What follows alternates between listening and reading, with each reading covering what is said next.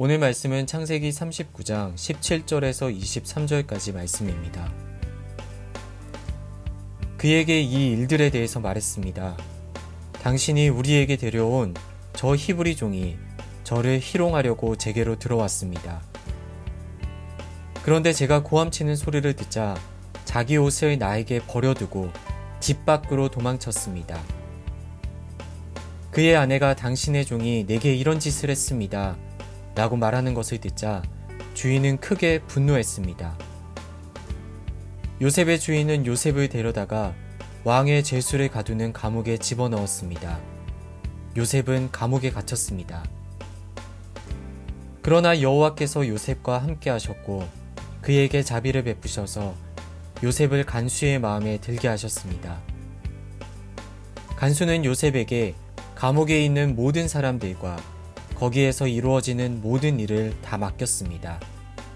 간수는 요셉이 맡은 모든 것에 대해 조금도 간섭하지 않았습니다. 이는 여호와께서 요셉과 함께 하셔서 그가 하는 일마다 형통하게 하셨기 때문입니다. 아멘. 네, 안녕하세요. 오신 여러분 진심으로 환영합니다. 우리 서로에게 한번 잘 오셨다고 환영의 박수로 서로 축복하면 좋겠습니다. 잘 오셨습니다. 네, 이제 드디어 이번 3월 달이 시작되었습니다. 3월 달은 새로운 시리즈로 시작합니다. 지금은 우리 이렇게 사회적 거리두기도 많이 하고 또 자가 격리도 해야 되고 여러 가지 좀 답답한 집 안에 있어야 되고 방 안에 있어야 되는 시간들이 너무 많은 그런 때를 살고 있잖아요. 그래서 그러한 답답한 우리의 마음들을 하나님의 은혜로 좀 열기 위해서 Rock You라는 시리즈로 새롭게 시작합니다. Rock You. 이게 원래는 그 노래 아시죠? We will rock you. 그걸 이제 테마를 잡은 건데 이제 또 그 노래를 우리 테마송으로 하면 또 약간 불편하실 분들이 이렇게 있을 것 같아가지고 음악은 안 쓰고 그냥 복잡만 약간 락 비슷하게 약간 비슷한가요? 그래서 여러분 이제 이 한 달 동안 이 시리즈를 진행할 텐데 여러분 오실 때도 또 복장도 좀 더 자유롭게 하셔도 됩니다. 소프트 락, 하드 락까지는 됩니다. 헤비 메탈은 조금 불편할 수 있으니까. 그래서 자유롭게 편하게 이렇게 오시고요. 이 한 달을 통하여서 우리의 삶이 갇히지 않고 더 여러분의 마음과 영혼이 자유로워지는 그런 시간 되기를 바랍니다. 같이 이제 좀 말씀을 나누기 전에 제가 이제 이 새신자 예배를 함께 영상으로 함께 하시는 어떤 분의 메일을 받고 같이 좀 기도하면 좋겠다 싶어서 같이 잠깐 기도하고 시작하려고 합니다. 이분이 이제 대학 동기인 분이 미얀마로 선교사로 나가 계시대요. 그런데 이제 지금 미얀마 상황이 굉장히 좋지 않지 않습니까? 그래서 같이 좀 기도하면 좋겠다. 우리 새신자 예배인데 새신자들 많을 텐데 좀 기도하는 게 선교사님들 위해서 막 기도하면 좀 부담스럽지 않을까 이런 생각도 있었는데 오히려 하나님이 보면 약간 이제 막 믿기 시작했을 때 특별히 기도를 좀 잘 들어주시는 것 같아요. 그죠? 약간 기도빨이 있을 때 이게 사라지기 전에 같이 기도하면 그분들에게도 힘이 되고 여러분들에게도 좋은 경험이 되지 않을까 싶어서 오늘 이 시간에 잠깐 기도하려고 합니다. 같이 기도하실 수 있으시겠어요? 네, 감사합니다. 제가 그 메일을 잠깐 한번 내용을 좀 나눠드리겠습니다. 인사말 부분은 빼고 이분이 인사말에 제 유머를 좋아한다고 써주셔서 얼마나 감사했는지 유머 그 앞에 빼고 본론을 말씀드리겠습니다. 제 대학 동기 가족이 지금 미얀마 선교사로 가 있는데 요새 미얀마 쿠데타 사건으로 미얀마가 상황이 너무 안 좋아서요. 어제는 뉴스 보니 점점 유혈 사태로 민간인들의 피해도 더 심해지는 것 같아요. 제 대학 동기인 선교사 부부의 어린 자녀까지 해서 5명이에요. 코로나로 타지에서 발이 묶여 오랫동안 힘들어했는데 이제는 쿠데타까지 많이 힘들어해요. 유유. 귀한 그 가족을 하나님께서 지켜주시고 평안 주시기를 간절히 원해요. 그리고 미얀마 땅에 군부 세력이나 다른 정치 집단이 아닌 하나님의 선하신 뜻만 이루어지기를 중보기도 부탁드려도 될까요? 했습니다. 지금 상황은 미얀마의 군부에 쿠데타가 일어났고 대통령 등 정부 고위 인사들이 구금되어 있는 상태고요. 이 전화나 통신들이 두절되어 있고 국영 방송들도 다 중지되어 있는 상태고 공항과 도로가 폐쇄되어 있는 그러한 상황입니다. 반대 시위가 있었고 실탄 사격이 이루어져서 하루 만에 38명이 사망했다는 기사가 나오고 있습니다. 그래서 이 시간에 정말 얼마나 어려운 상황입니까? 이 시간 우리 같이 한번 기도할 때 여러분의 기도가 누군가에게 힘이 되고 누군가의 안전을 도울 수 있다는 것, 여러분 얼마나 멋진 일입니까? 이 시간 그 마음으로 같이 한번 기도하면 좋겠는데요. 특별히 보내주신 이름은 밝힐 수 없지만 미얀마의 선교사로 가 있는 그 가정과 이제 초등학생 그리고 돌 정도 되는 아이들, 이렇게 아주 어린 아기들이 있는데 하나님 그들의 안전을 보호하여 주십시오. 그리고 미얀마 그 땅에 지금 폭력과 또 다툼이 있지만 그 안에 하나님 주시는 참 아름다운 평화와 화평이 임하도록 하나님 그 땅에 역사해 주십시오. 개입해 주십시오. 그런 마음으로 시간 함께 잠시 기도하도록 하겠습니다. 기도하겠습니다. 참 좋으신 주님 감사합니다. 이 시간 우리가 기도할 때 이곳에서 기도하면 하늘도 응답하신다고 말씀하여 주셨기 때문에 하나님 기도합니다. 미얀마에 하나님 그러한 갈등과 아픔과 고통이 있습니다. 하나님 그곳에 그 땅 가운데 하나님 친히 찾아가 주셔서 하나님 역사하여 주시기를 원합니다. 하나님 그 땅 가운데 주님이 주시는 참된 평화와 아버지의 화목과 화평이 일어나기를 원합니다. 하나님 특별히 보내어 주신 이 선교사님의 가정을 위해서 기도합니다. 그 가정의 안전을 붙들어 주십시오. 보호하여 주십시오.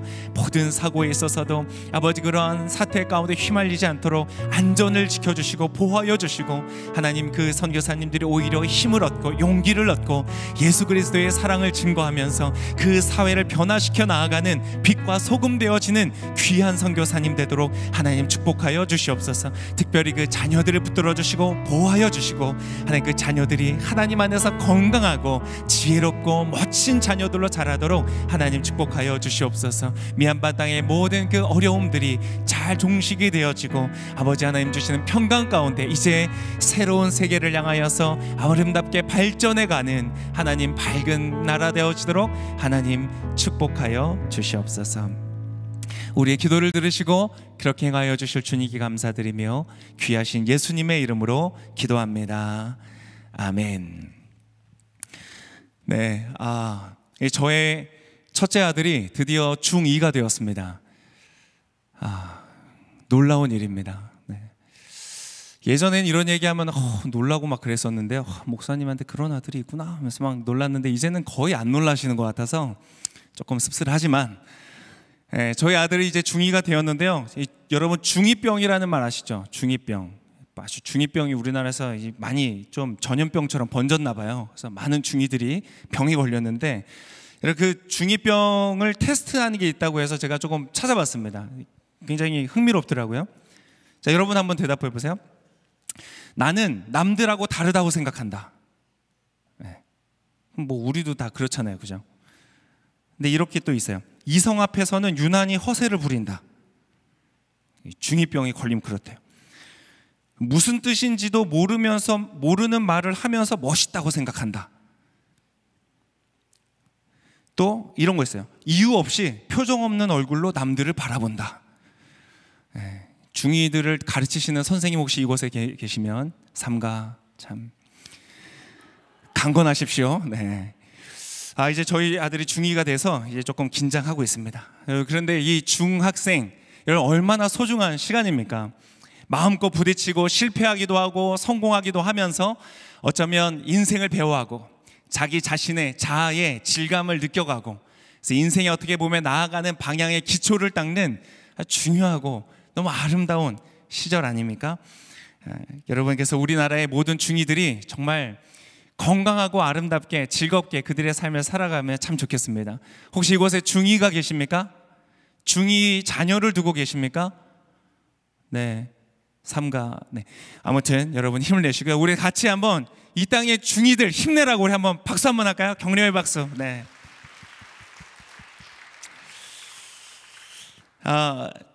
이렇게 아름다운 시절인데 제가 그런 얘기도 들었어요. 중2병의 시작은 왜 중2 때 시작하냐? 보니까 그때부터 중간고사, 기말고사가 시작된대요. 갑자기 인생이 우울해지는 거죠. 나의 인생이 무언가로 평가받기 시작하고 무언가로 나의 삶이 제한되기 시작하는 것을 아마 느끼는 것 같습니다. 근데 여러분, 아마 세상을 이제 살아가고 자아가 깨어나면서 동시에 배워가는 것들이 있습니다. 뭐냐면 세상은 참 공정하지 않다, 공평하지 않다. 노력하면 노력하는 것만큼의 어떤 대가를 누린다고 배워왔는데 의외로 그렇지 않다는 것, 그렇지 않은 상황들이 많다는 것을 배워갑니다. 여러분, 옛날에 그런 말 있잖아요. 공든 탑이 무너지랴. 안 무너지나요? 보니까 무너지는 걸 보는 거예요. 노력은 배신하지 않는다, 뭐 이런 등등 여러 가지 말을 가지고 나름 세상을 긍정적으로 보는데요, 어느 순간 세상이 그렇게 아름답지만은 않다는 것을 깨닫게 되는 거예요. 역사를 보고 사회를 보고 정치를 공부하고 경제를 익혀가면 갈수록 여러분, 이제 우리는 순진하지 않는 그런 사람들이 되는 것 같습니다. 이렇게 세상을 보면 공정과 정직을 최우선의 가치로 추구하면서 살아가는 사람도 많지 않은 것 같아요. 그런데 설사 그런 사람이 있다고 해도 그들의 노력이나 결단과 상관없이 거시적인 관점에서 보면 그들의 삶도 그렇게, 그들의 결정들도 그렇게 또 정의롭고 의롭고 옳지만은 않았다는 것을 발견할 때도 많은 것이죠. 세상 살기 참 어렵다, 그런 생각을 하게 됩니다. 그래서 적당히 거짓을 하고 적당히 좀 타협을 하고 하면은 잘 되더라는 것을 점점 우리는 배워가고 조금은 시크해지고 센티멘탈해지고 시니컬해지고 약간 그런 게 있는 거죠. 비판적이 되고. 성경은 그런 것에 동의하는 것 같습니다. 이 세상은 그렇게 공정하지 않다. 시편 73편 3절에서 이러한 말씀들이 있습니다. 내가 악인들이 잘 되는 것을 보고 그 어리석은 사람들을 부러워했기 때문입니다.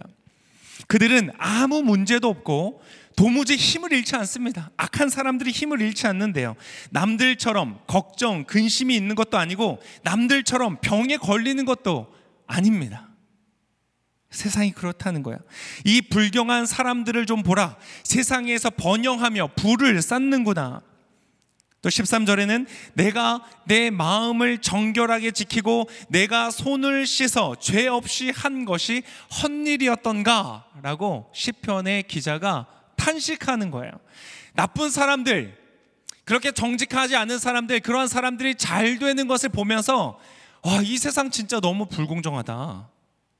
내가 이렇게 정결하게 지키고 깨끗하게 살았던 것이 무슨 소용인가 라고 탄식하는 그러한 장면들이 나오는 것입니다. 여러분, 어떠세요? 세상 정직하게 살기 쉽던가요? 근데 여러분, 사실 또 딱히 생각해 보면 세상이 그렇게 공정해야 할 이유는 없는 것 같아요. 물론 사람들이 모여가지고 공정을 원하고 서로 합의하고 공정을 선택할 수는 있습니다. 그건 가능한 일이지만 당위적으로 이 세상은 공정해야만 한다라는 그러한 당위성을 사실 생각할 때 그 근거를 찾기가 쉽지 않습니다. 딱 하나 있는데요, 뭐냐면 공정한 신이 있을 때 가능합니다.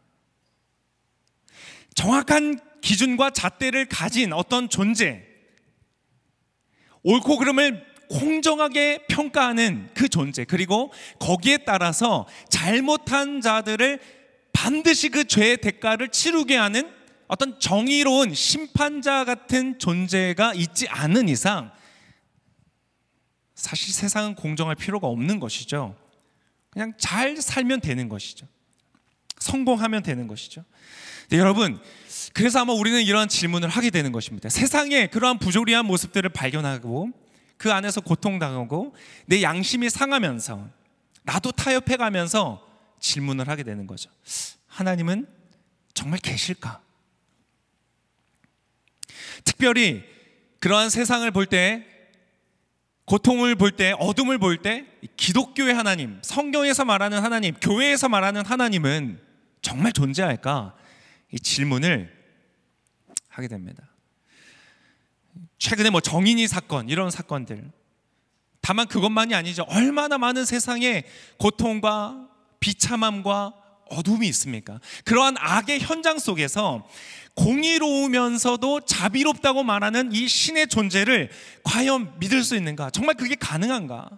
그러한 끔찍한 사건들이 있는 곳에 하나님도 그것을 알고 있고 신이 그곳에 함께 있다면 왜 막지 않는가? 그분이 정말 정의롭다면, 혹은 그분이 전지전능하다면 왜 그것을 하지 않을까? 우리는 질문을 하게 됩니다. 여러분, 그러면 그러한 공의롭고 정의로운, 자비로운 그러한 하나님이 있다고 말하는 이 성경, 우리에게 하나님을 가르쳐주고 있는 이 성경은 그것에 대해서 뭐라고 말할까요? 참 재미있게도, 그리고 참 다행히게도 성경은 그러한 끔찍한 현장들, 그리고 그 어려운 질문에 대해서 부정하지도 않고 외면하지도 않습니다. 마치 동화처럼 그냥 그렇게 잘 살았더라 라고 끝나지 않습니다. 오히려 굉장히 그 문제를 파고 들어가는 모습을 보여줍니다. 오늘 여러분께서 읽었던 그 본문도 그러한 아주 이 세상에 일어나고 있는 불공정한 상황들을 우리에게 보여주고 있습니다. 여러분, 아마 이 내용을 좀 알고 보는 분들은 아마 굉장히 열받을 수 있는 그러한 본문의 말씀이었습니다. 우리 다시 한번 읽어보면 좋겠는데요, 17절과 18절, 19절까지 한번 세 개의 절을 다시 한번 읽어보도록 하겠습니다. 17절부터 같이 읽겠습니다. 시작. 그에게 이 일에 대해서 말했습니다. 당신이 우리에게 데려온 저 히브리 종이 저를 희롱하려고 제게로 들어왔습니다. 그런데 제가 고함치는 소리를 듣자 자기 옷을 나한테 버려두고 집 밖으로 도망쳤습니다. 그의 아내가 당신의 종이 내게 이런 짓을 했습니다 라고 말하는 것을 듣자 주인은 크게 분노했습니다. 아마 여러분, 이거 지금 이 상황들을 아마 아신다면 이런 미음치읓 이렇게 얘기하실 수 있어요. 뭐냐, 여러분, 지금 이 요셉이라는 친구가요, 정말 주인을 향하여서 열심히 충성스럽게 섬겼던 사람이에요. 그런데 무슨 일이 있었는가? 이 집주인의 그 아내가, 그러니까 안주인이죠, 그 주인이 나랑 같이 성적인 관계를 맺자고 이 요셉을 유혹한 거예요. 근데 이 요셉이 아주 근사한 대사를 합니다. 우리 주인이 나에게 이 가정의 모든 것을 맡기셨는데 딱 하나만 빼고 다 맡기셨습니다. 그 하나가 뭐냐? 바로 당신입니다. 나는 주인과의 신의를 위해서도 저는 당신과 그렇게 할 수 없습니다 라고 거절했어요. 얼마나 멋있는, 얼마나 정말 칭찬을 받아야 되는 그러한 결정을 한 거 아니겠습니까? 용감하게. 그런데 결과적으로 어떻게 됐는가? 오히려 이 여자가, 유혹했던 여자가 이 아이에게 오히려 누명을 뒤집어 씌우고 거짓말을 하는 거예요. 여러분, 결과가 어떻게 됐을까요? 여러분, 하나님이 정말 공의롭고 정의롭고 자비로우신 분이라면 여러분, 이 상황을 어떻게 하셔야 돼요? 누명을 풀어줘야죠. 그런데 상황은 그렇게 전개되지 않고요, 이렇게 전개됩니다. 19절에 방금 읽었던 것처럼 주인은 크게 분노했습니다. 너무나 열받았습니다. 그래서 20절에 뭐라고 기록되어 있는가? 요셉의 주인은 요셉을 데려다가 왕의 죄수를 가두는 감옥에 집어넣었습니다. 감옥에 가두었다는 거예요. 여러분, 이 한 청년을 보십시오. 지금 한 대략 27살 정도 된 청년입니다. 27살. 꽃다운 나이죠. 이 청년은요, 사실 이미 10년 전 17살 때 그의 삶은 한번 망가졌습니다. 17살, 고등학교 2학년 때쯤이죠. 한참 미래의 꿈을 꾸고 늦잠 자고 할 때에 그는 어떻게 되었는가? 아버지의 편애를 받았는데 그것을 질투했던 10명의 형들이 이 요셉을 죽이려고 했습니다. 얼마나 미웠을까요? 도대체 얼마나 미워하고 증오했으면 동생을 죽이려고 했을까요? 여러분, 죽이려고 하다가 이 아이를 땅에 구덩이를 파고 그 안에다가 가두어 놓았습니다. 그리고 어떻게 죽일지를 고민했습니다. 여러분, 얼마나 무서웠을까요? 그 당시 뭐 경찰도 없고 치안 이런 것도 없을 때 저 들판에서 양치고 있던 형들이 구덩이를 파고 자기를 가둬놓고 어떻게 죽일지를 상의하는 소리를 듣고 있는 17살 된 아이의 생각을 한번 생각해 보십시오. 얼마나 그 마음이 두려웠을까. 근데 그나마 어떻게 됐는가? 죽이진 말고 그냥 팔자. 뭐 요즘처럼 다시 쉽게 돌아올 수 없으니까 종으로 팔아버린 거예요. 여러분, 그렇게 그는 17살에 세상에서 잊혀진 존재가 되었습니다. 주민등록증도 없고요, 주민등록 번호도 없고요, 아무것도 그를 증명해 줄 수 없는, 그렇게 팔려버리고 종이 되었습니다. 그런데 여러분, 그 친구는 그래도 포기하지 않았어요. 그렇게 해서 팔려간 집이 바로 이집트, 그 당시 애굽이었던 이집트에 있었던 왕 옆에 있는 친위 대장이었던 보디발이라는 사람의 집으로 팔려가게 된 거예요. 그런데 그 사람은, 이 요셉은 가서 열심히 일했습니다. 그의 삶을 좌절하고 포기하지 않고 열심히 일했어요. 시키는 것들을 최선을 다하기 시작했어요. 그랬더니 10년 만에 무슨 일이 일어났는가? 그 집안에 있는 모든 살림을 다 맡길 정도로 신뢰를 받는 사람이 되었다는 거예요. 그런데 그러고 나서 무슨 일이 일어났어요? 참 이상한 여자가 있어요. 혹시 여러분, 인생 살다 보면 이상한 인간이 있죠? 도대체 내 왜 인생 가운데 나타나가지고, 그죠? 요셉이 지금 그런 이상한 여자를 만난 거예요. 도대체 뭐가 부족해가지고, 가진 것도 많은 친위 대장의 아내였으니까, 여러분 얼마나 부유했고 얼마나 넉넉했겠어요? 가진 것이 얼마나 많았겠어요? 그런데 이 한 종을 유혹하고, 참 얼마나 안타깝습니까? 요셉의 인생이, 여러분 10년 정도 열심히 그렇게 일할 때 저는 이런 기대를 했을 것 같아요. 그래, 내가 열심히 하면 아마 이 보디발이 나를 좀 인정해주고 내 사정을 좀 들어볼 날이 있지 않을까? 열심히 하다가 넌 어떻게 종이 됐냐? 그러면 사실 내가 이런 일이 있어가지고 참 억울하게 제가 이렇게 종이 됐습니다. 아무 잘못도 안 했는데, 사실 나이 많으신 저희 아버지가 저를 정말 눈물로 기다리고 있을 텐데. 그렇게 얘기하다 보면 이 보디발이, 그래도 이제까지 이렇게 수고했는데 집에 가라, 자유에게 주는 해방서를 좀 써주고 나한테 조금 뭐 물질도 좀 주면 내가 가족으로 돌아가 사랑하는 아버지의 품에 안길 수 있지 않을까? 아마 그런 기대를 하지 않았을까요? 그런 소망이 있지 않았을까요? 하나님을 믿었으니까 기도하지 않았을까요? 하나님, 나 좀 집에 가게 해주세요. 뭐 말이 좋아서 여러분 살림을 다 맡은 종이지, 종은 그냥 종이잖아요.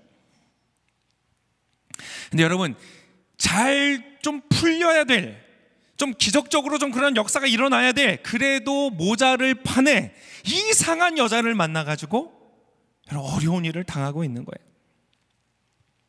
여러분, 이 여자는요, 어떤 여자냐?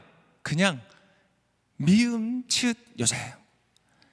그냥 악한 여자예요. 악한 여자예요. 여러분, 이 여자는 지금 실수로 그런 것도 아니고요, 약간 뭐 불안해서 그런 것도 아니에요. 이 여자는 정확하게 자기가 원하는 것을 취하기 위해서 지속적이고 반복적으로 요구했고요, 나중에는 아무도 없을 때 요셉의 옷자락을 잡고 늘어질 정도로 집요하게 요구했어요. 그리고 요셉이 거절했잖아요. 그럼 부끄러움을 알아야 되는데, 부끄러운 게 아니라 오히려 이 녀석이 나를 겁탈하려고 했다고 자기 남편을 속이면서, 여러분, 한 명의 성실하고 정결하고 멋있고 정말 잘 돼야 되는 그러한 한 아이의, 청년의 미래를 파괴하고 있는 거예요. 여러분, 얼마나 악합니까? 아마 이 여자에게 사람의 목숨이라는 것은 아마 쓰고 버리는 휴지 조각만도 못했을 거예요. 얼마나 많은 종들이 이 여자의 발 앞에서 피를 흘리며 죽었을까? 저는 그런 생각이 들어요. 정말 악한 여자였어요. 여러분, 세상이 왜 힘든 줄 아세요? 악이 있어서 그래요. 어거스틴이 얘기한 것처럼 악은 선의 부재가 아닙니다. 악은 실존하는 것이에요. 스카페 박사는 그렇게 얘기했습니다. 아직도 가야 할 길이라는 베스트셀러를 쓴 분이죠. 심리학자인데, 이분이 뭐라고 했냐면, 사탄의 인격은 단순히 부재 내지는 아무것도 없는 것으로 특징 지을 수 없다라고 얘기했어요. 여러분, 악은 실존합니다. 여러분, 왜 이렇게 인생 살기가 힘들까요? 여러분, 악이 존재해서 그래요. 그냥 나 혼자 열심히 살면, 공정하게 살면 공정한 결과를 얻는 것이 아닌 거예요. 이 세상은 그렇게 만만한 곳이 아니다. 그래서 결과적으로 어떻게 됐습니까? 요셉은 왕의 죄수를 가두는 곳에 갇히게 되었어요. 여러분, 이곳은 보통 감옥이 아니었어요. 왕의 죄수를 가두는 곳이래요. 여러분, 왕한테 잘못한 사람 여러분 적당히 가두겠습니까? 아닙니다. 한번 들어가면 나오기가 하늘의 별 따기와 같은 그러한 곳이에요. 한번 들어가면 모든 사람으로부터 잊혀지는 것이에요. 요셉은 지금 두 번째나 잊혀지는 거예요. 여러분, 뭐 국정원도 찾을 수 없고 FBI도 추적할 수 없는 그러한 곳에 지금 요셉은 들어가는 거예요. 그나마 여러분, 구덩이에 빠졌을 때는요, 하늘은 열려 있었어요. 여러분, 지금은 하늘도 닫혀 있는 감옥에 들어가는 거예요. 어떠세요? 지금 여러분, 제가 좀 감옥에 갇힌 것 같아요? 지금 감옥인데 이게. 이런 감옥이 이 정도만 되면 살만하겠죠. 요셉이 갇혔던 그곳은 여러분 얼마나 절망스러운 것이었을까? 언제든지 문을 열고 나아갈 수 있는 우리의 방과 다르게 그것은 타인에 의해서 봉인되어져 버린 그러한 감옥이었어요. 여러분, 요셉의 질문은 뭐였을까? 무슨 생각했을까요? 뭐 요셉은 대단한 사람이라니까 뭐 괜찮았겠지. 여러분, 괜찮았겠습니까? 27살 된 청년이, 아마 저는 그랬을 것 같아요. 그쯤 됐으면 그냥 목숨은 내놓고 살았을 것 같아요. 그래, 뭐 오늘 죽으면 끝나는 거지 뭐. 그런데 그래도 그 마음을 끊임없이 끝까지 고통스럽게 했을 것은 아마 질문이었을 거예요. 도대체 인생은 뭐지? 내 삶은 왜 태어난 것일까? 왜 나에게 이러한 고통이 주어지는 걸까? 내가 도대체 뭘 잘못했을까? 하나님은, 내가 그렇게 바라고 하나님은, 여러분, 그 안주인, 그 이상한 여자가 유혹할 때 아마 대충 짐작했을 거예요. 요셉 이걸 거절하면 어떤 삶에 그 어려운 폭풍이 몰려올지 대략 짐작했을 것 같아요. 그런데 거절할 때 뭐라고 했는지 아세요? 나는 하나님을 믿는 사람이라서 그렇게 못합니다 라고 얘기했거든요. 하나님 앞에서도 그 신뢰를 버리지 않았던 요셉, 도대체 하나님은 존재할까? 하나님은 어디 있을까?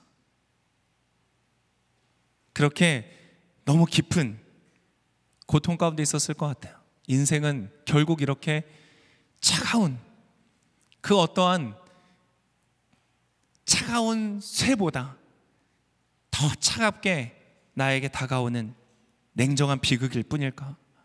이렇게 아마 고민했을 것 같습니다.